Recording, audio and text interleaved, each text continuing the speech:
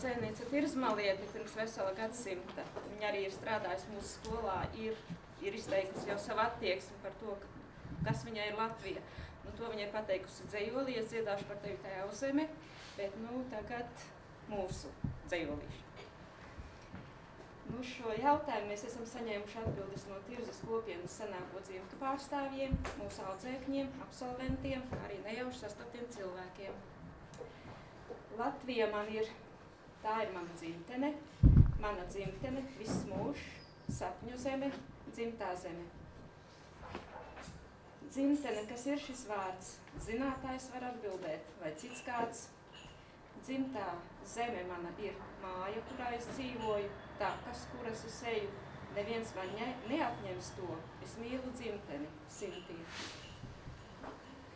Dzimtene to prot izrunāt tik maigi. Zeme, kuru mīlu, cienu un godāju es, Daiga. Te ir mana vieta, ir katram tāda dzīvē dota. Raidīsim tik labas domas zaļojošai Latvijai. Apbrīnot, tad varēs mūs, Inga. Latvija ir mana dzimtene, un es to mīlu tā, kāda tā ir. Latvijai nevajag neko smalku, Latvijai nevajag neko svešu. Latviju vajag saglabāt tādu, kāda tā ir, ar zaļiem mežiem, siliem ūdeņiem. Latvijai vajag saticību, mīļumu un siltumu, Paula. Es Latvijai dodu savu darbu, visu sevi, Ligita.